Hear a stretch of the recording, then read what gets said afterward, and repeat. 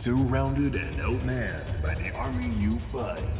The only solace and hope of survival lies in the rushing river 200 feet below.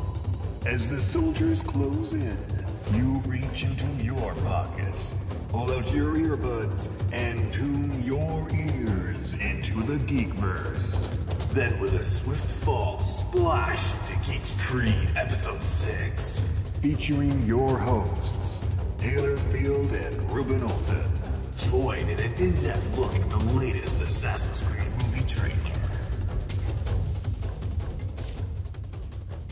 Hey everybody, thank you for tuning in. Now I know we said we would not be doing another episode until the movie review, but unfortunately, or fortunately, either or, Ubisoft has dropped another trailer, the third and final Assassin's Creed movie trailer on us, and so here we are. We're going to be jumping right into it. This is going to be awesome. It's an awesome trailer, the one we've been waiting for, a lot of people have been saying. Reuben, what are your thoughts so far from this trailer? 2 minutes and 48 seconds of Assassin's Creed goodness. Yeah?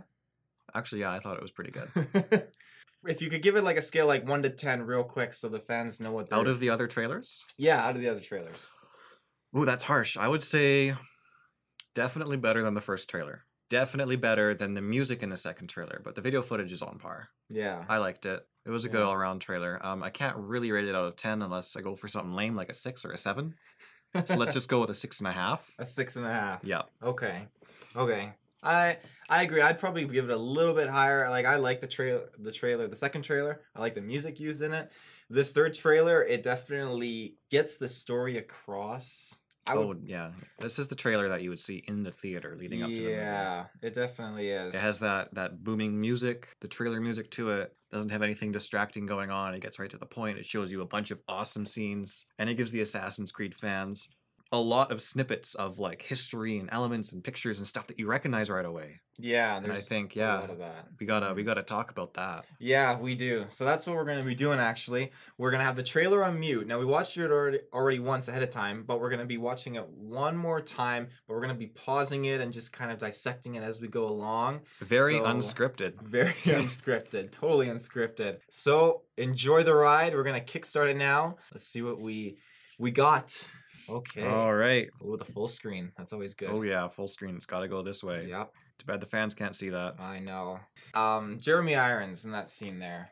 Alan Rickman is who he's playing as. Now that screams Templar. You just get that cult feeling. Look at that. Oh my As he walks down with the lights coming in on him. Yeah, all the long red robes and everything. And we got the scenes of war, but the camera is following an eagle there. And that's a really cool way to pull your camera in. And we've got this guy's face down here screaming out. That's an amazing sight to behold. Oh. Now that's skipping to what looks like it'll be a further part and like somewhere in the middle of the movie, because that's the part where you can see them.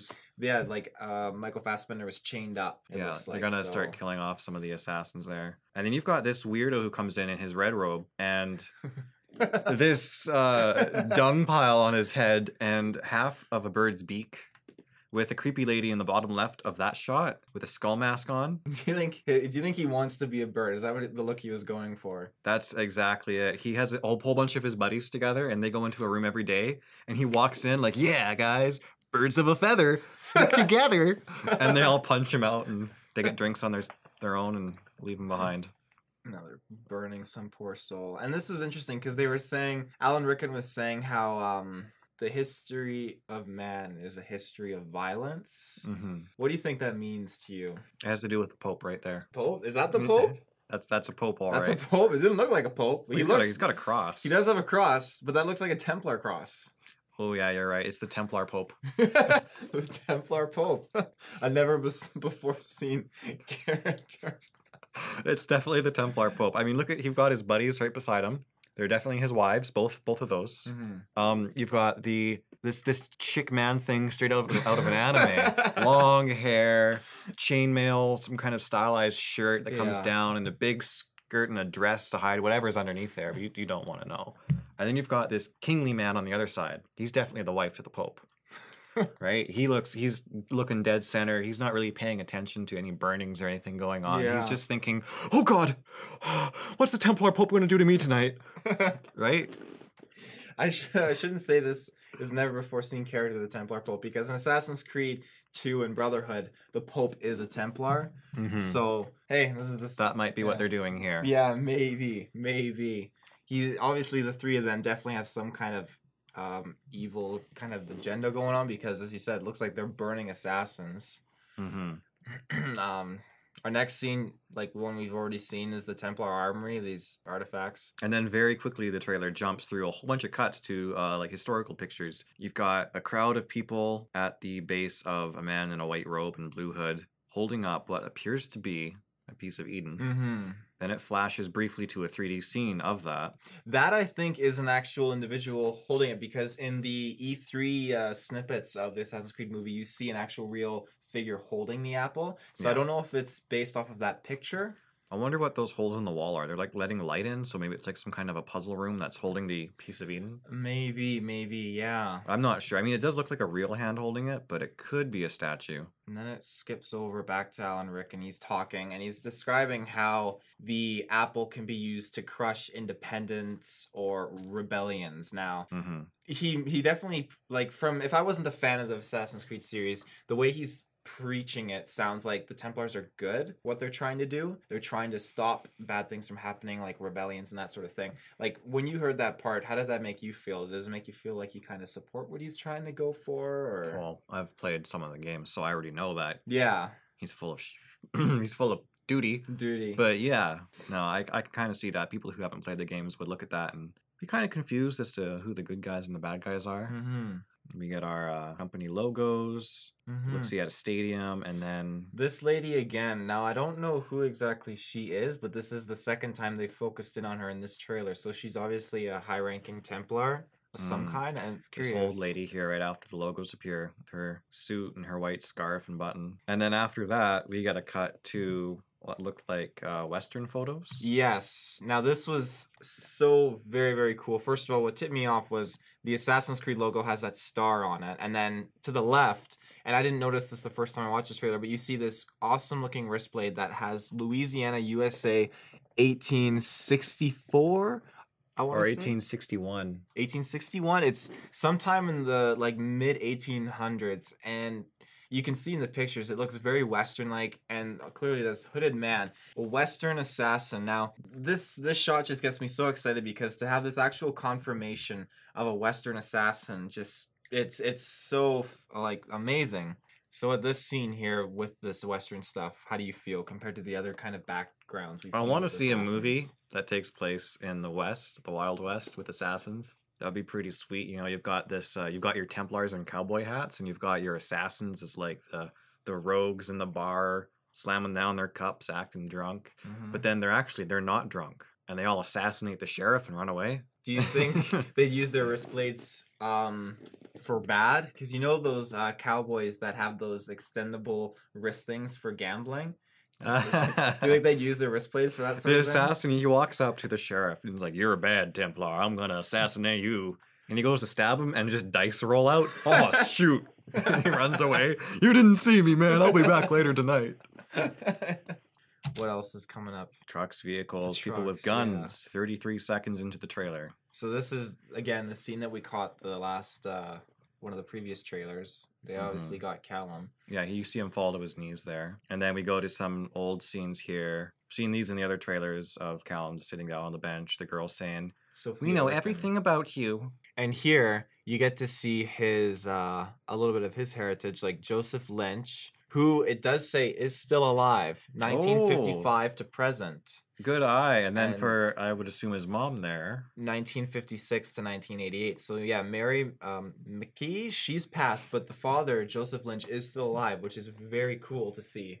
So maybe he'll play some kind of a role in this. And you can see exactly how old Callum is here too. He's born in 1979. 1979 to present. Off the top of my head, I don't know what that is. I'm just going to check it out. If this movie takes place in 2016, then we'll know exactly how old he is. It should. 37? Yeah. Fantastic. He looks about 37. Yeah. So, I mean, they could fudge the numbers a little bit. That's pretty cool. And then he looks up at those, and they're still talking, and he gets a wrist blade or something like that. Yeah, they're informing him of everything. Now Alan Rickon is saying, "We need you," because what did he say? They've all the other descendants of the Guardians of this Apple are dead, and he's the last bloodline still alive. That's why they wanted him. Mm-hmm. So I mean, that's a cool way of saying, okay, all these other bloodlines are dead. So that gets them out of the picture and focuses and emphasizes more on Callum Lynch's story. So now he's getting apprehended by the guards, which we've seen that already in other trailers.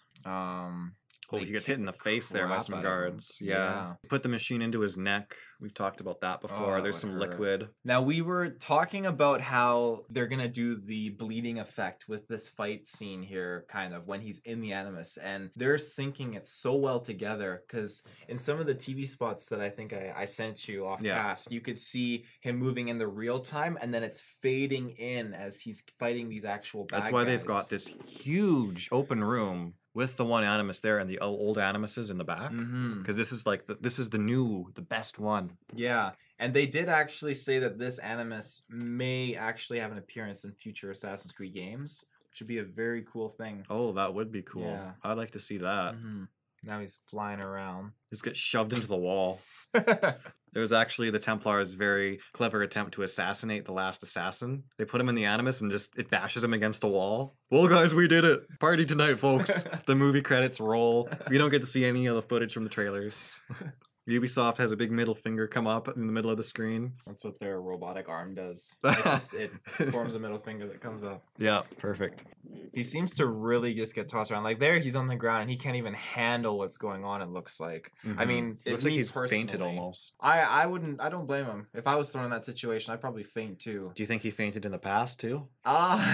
Well, he seems very confident in the past. Like, look at, he's in the air coming down on this poor old man, and this old man's like, oh no, and he's like, oh yeah, and he kills him. That's exactly what they have to say in the movie. Every assassination, oh no, oh yeah. Very Kool-Aid like, oh yeah. This spills everywhere. There's Kool-Aid all over the place. More old scenes here. He seems angry. Like, I don't blame him either, because after going through that first experience in the Animus, he probably has every right to feel angry and violated in a sense. He seems to, like, kind of take a liking to it.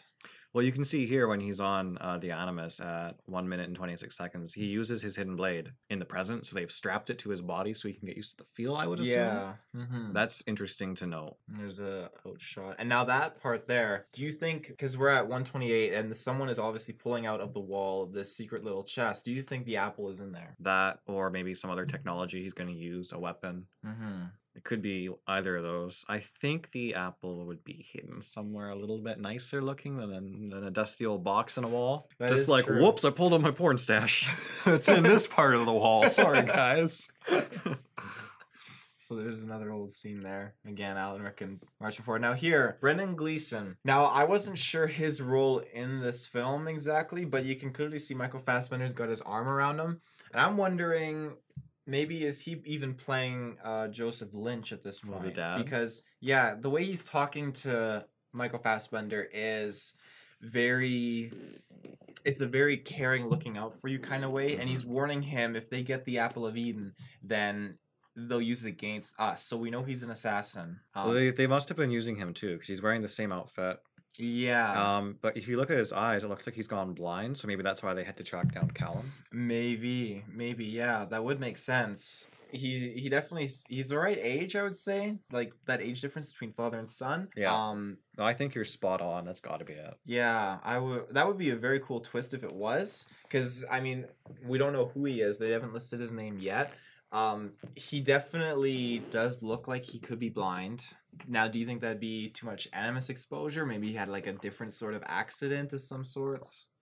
It could be anything. I think it would be cool to have the Animus as a kind of a threat where if you use it too much, you start to go blind or lose control over certain parts of your body. Yeah. He's old. He might have lost control elsewhere too. We don't know. Yeah. So, yeah, that would be a cool twist. Next scene here, we got Michael K. Williams. And he's turning out to be, I don't know why, but I'm just getting so anticipated for his character. Because at the old trailer we got, trailer number 2, he had an awesome, quick little fight scene.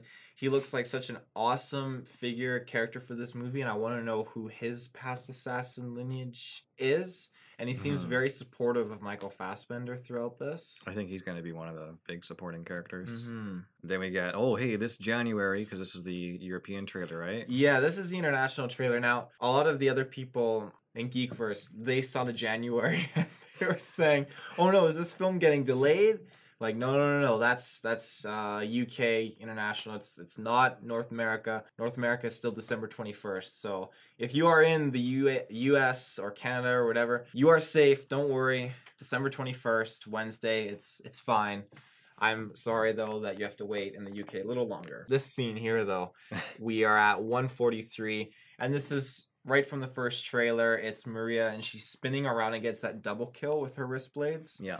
And Reuben paused it on the guard, and he looks like he's wearing like a, what do they call those fake hair things? Oh, a toupee. A toupee, yeah. It looks like he is wearing a toupee that's about to come off because he looks so just caught off guard for a guard.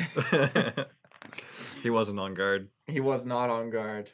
Wham! They die. I love that when she just kind of has that smirk. It's just, I'm a badass, and that team play there. Well, you see him freeze one of the assassins there too. I think. Let's go back a little Freeze? bit. There was chains that I saw him break off. I think. Oh, when she flips, right? Because there's someone down here. They've got chains around their wrists. That's Maria, the assassin who got the double kill, and so you can see. this is the executioner here, and he goes to kill her, and I guess maybe that's Callum there, someone else. That's Callum, yeah. He pulls her back, and then the executioner misses and breaks her free. Chains. Well, actually, it's Aguilar, not Callum, but yeah, that is Aguilar flipping Maria. Yeah. His co-partner. And then we see some more scenes we've seen before. Callum looking angry, fight sequences. Hidden blade again on the other hand this time. I just noticed that. So is he equipped with 2 hidden blades? He is in the past and excuse me, in the present as well. Okay. He does have 2. We get to a bridge fight scene, and then it almost looks like he's flying there. It's kind of an interesting shot. He jumps off the bridge at 2 minutes, and the screen kind of blurs with like a smoke around him, and he seems to be just flapping in the wind, and then he falls. And now, why do you think he throws his knife in the water? Do you think that's so as he can grab it easier, or like what's the purpose of that? Well, he plunges right into the water. Like, was there someone down there he was trying to kill and chase after? Maybe. Why would he jump off the bridge? He's very committed to jump off that high a freaking bridge to get his target. Okay, let's go back a little bit. Let's look at this bridge scene a little bit slower here. We're gonna play this at 0.25 speed. 0.25 speed. Now there's that chick going down the rope there. And then 159, 2, we're going to see the bridge. And you he see him leap jumps off, and there's no one else in the bottom of the frame. But there are 2 armies that are about to clash together here. And as he falls, it gets blurry and smoky. I guess it's like the wind and the dust kind of lifting him a little bit. He does a flip, pulls out that knife, and just he's holding it perfectly normal though. Like, he wouldn't have to readjust it and throw it in the water. No. So he's got to be aiming at someone or something. Because yeah, he's looking down and he throws that. That's perfect aim. So in the water like that though, realistically that knife's not going to go much further than you see it here. No, that's what I would think too. So did he miss? Because look he's already getting close to the same. He's almost where the knife is now, and the knife went in first. So if he did miss, like, do you think they would have shown like his target at least a little bit there? I don't know. I don't know what the point of that scene was. Now this here, that's interesting because at 2:07, it looks like he's obviously got a bleeding effect going around. Oh yeah. He's seeing, or at least not a bleeding effect, but the Animus is projecting in real time what he is seeing. So he's obviously in some kind of a council, it looks like, because these guys are hooded figures. That maybe it's like the other people from the building that is putting him in the Animus. They're standing there and he's seeing their past selves as Templars or something. Really? That would be an interesting twist. Yeah, like, oh, hey, these people that just hooked you up. Well, take a nice close look at them. They definitely look suspicious. Them in like cloaks and hoods and stuff. Like they're definitely in cloaks and hoods. Like the guy right in front that he's talking to, you can definitely see the cloak and hood. The guy over here is definitely hooded. And it obviously looks like he's in a very serious, in-depth moment there, conversing with someone. That's that. Yeah, so that's the whole trailer. 209. It's a good 2-minute long trailer. It is. I do like how the logo kind of splashes with like a blood effect, but it's Mhm. also the ink from Assassins in black as well. One could call it a bleeding effect. Nice one.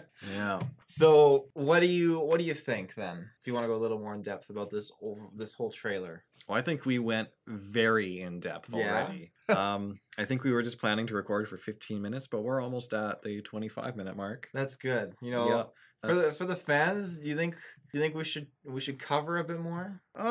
Is there anything that we missed in the trailer? I think we covered most of it. 8 minutes worth of coverage. Yeah.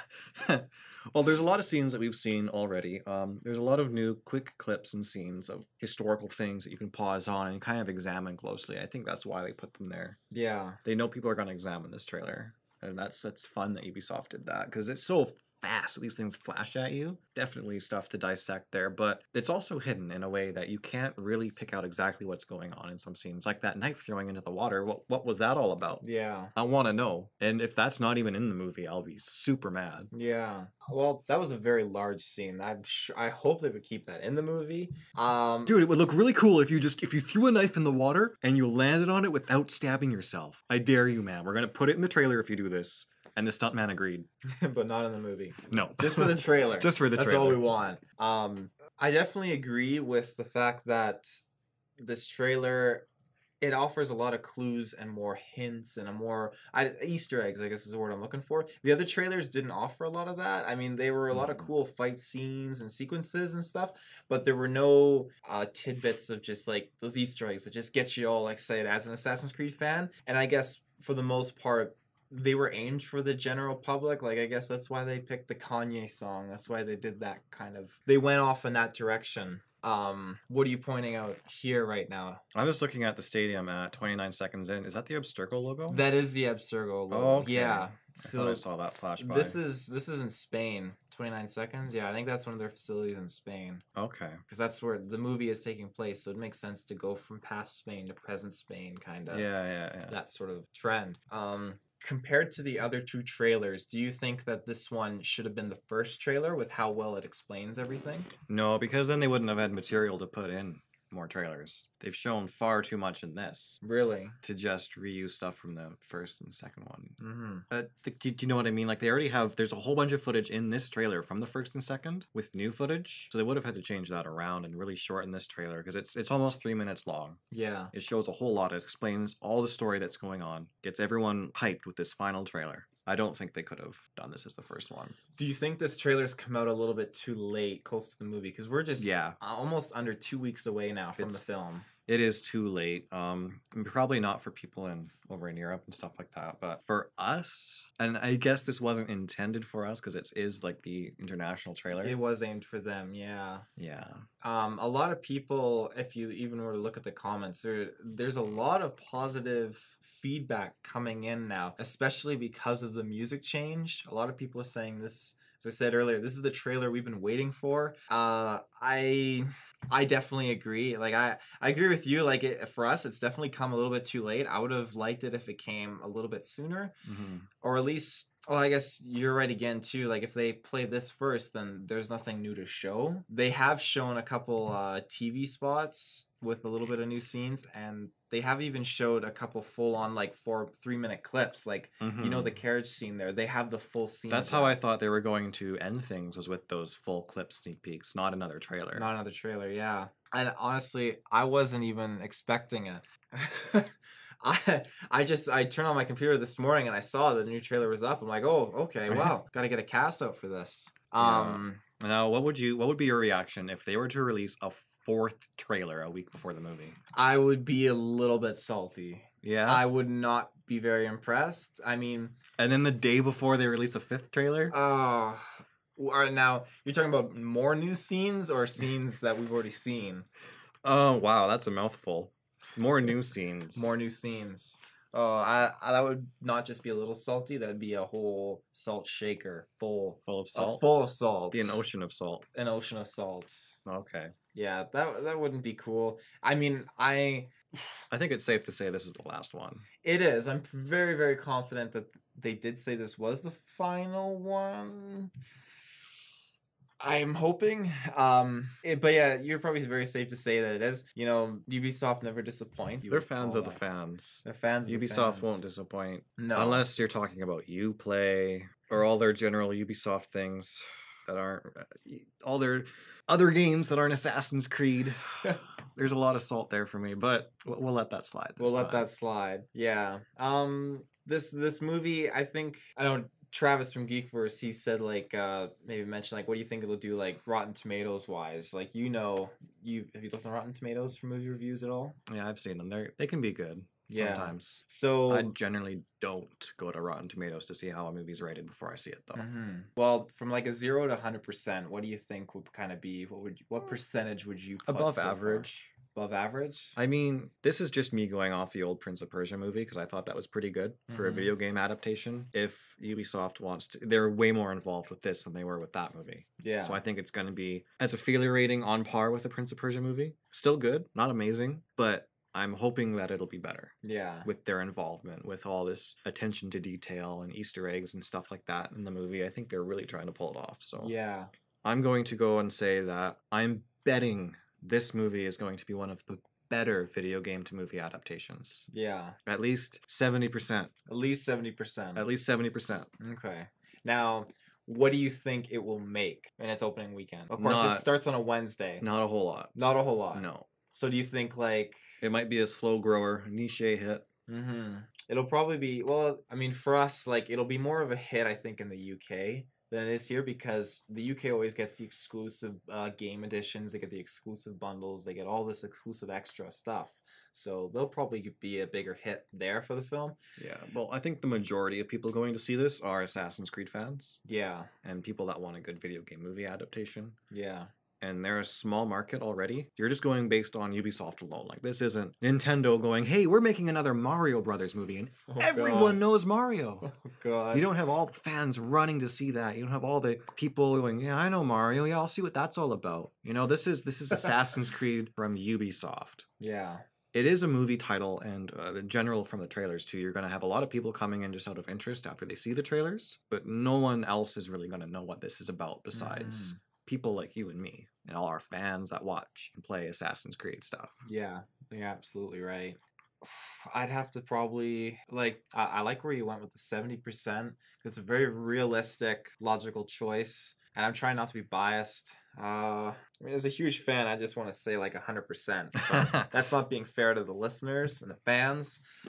I'd have to probably say like 85%.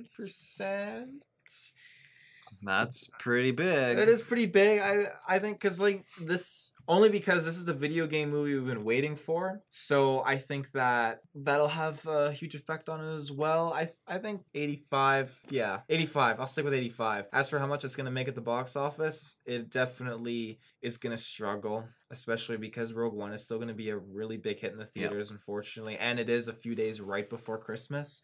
And it is on a Wednesday of all days. Their timing is not very great. No. General movie-wise, though, I mean, one of my favorite movies is Pacific Rim. And I'm just looking at its score on Rotten Tomatoes, and it's 71%, all right? That is spot on how I feel Assassin's Creed is going to work out. Yeah. Pacific Rim was not related to anything else by Del Toro. It had its trailers come out. That was very niche in and of itself. Pilots, robots, kaiju, very Japanese, lots of mecha, westernized, big fight scenes, monster battles. That is not the typical movie that Westerners want to see. Yeah. Right? And look how it got scored. A 71? 71%. It is a very hit or miss movie with a lot of people. Very hit or miss. I'm a huge fan of it, but I know that the majority of people kind of go, oh yeah, that was a movie, wasn't it? Yeah, it was okay. Right? They're not fans. And then there's some people that just think it was really dumb. But Assassin's Creed, I think it's going to just hit it off better with people. Especially more than this movie did, right? More than Pacific Rim? It's based off something. It does have some fans already. I think it'll, people will be able to settle into that. Yeah. No, that's a good way to sum it up. I agree. So 70%, that's a fair guess for you. I'll stick with my 85, but if I had to make a second pick, I would go with 75. That would that would be my second pick. And I'm only going a little bit lower because of what you said about the Pacific Rim. That makes a lot of sense. And I feel like my 85 is still just me highballing it because I'm just a huge fan. Well, I'll tell you what. If it gets 85%, I'll give you a penny. You give me a penny? Yep. Really? That's what I'm betting on this. Really? You have a Canadian penny still? Yep. Really? Yep. I've been saving it. Just for this? Just for this. Wow. I'll be so fortunate. A whole penny for me. Cannot wait. Well, how much time are we at? That was not a bad little cast. Wow, look at that. 33 minutes. Unbelievable. You know what? I think we're gonna end it right here. We have a lot more Assassin's Creed news that we're gonna cover, but that will be for a cast on another day after our Assassin's Creed review, which comes out very, very soon. We have less than 2 weeks, and that's going to be huge because it's going to be a Geeks Creed, GeekVerse combination episode. It's going to be fabulous. Not only that, but for those of you who are aware, we dropped a short little 10-second teaser for this small Assassin's Creed web series that GeekVerse is trying to put out. And if you are still fluent in all of the stuff that's been happening with Geeks Creed and GeekVerse, there is another larger, longer trailer coming out for the GeekVerse, Assassin's Creed Requiem web series. We'll be dropping that on the night that we do the Assassin's Creed movie review. So make sure you tune into that. It's going to be happening December 21st, Wednesday evening. That's when we're going to be recording this episode. So it's going to be huge. It's going to be fantastic. Looking forward to it. Yeah. So make sure you check us out on Facebook, GeekVerse Space Podcast. Check out our other page that I run, Assassin's Creed Universe on Facebook, and then geekversepodcast.com, our Twitter, Twitch, YouTube, SoundCloud, iTunes, all those awesome sites. Until next time, we will see you at the Assassin's Creed review for sure. Thanks for tuning in to episode 6 of Geeks Creed via the GeekVerse. We'll see you in the search bar.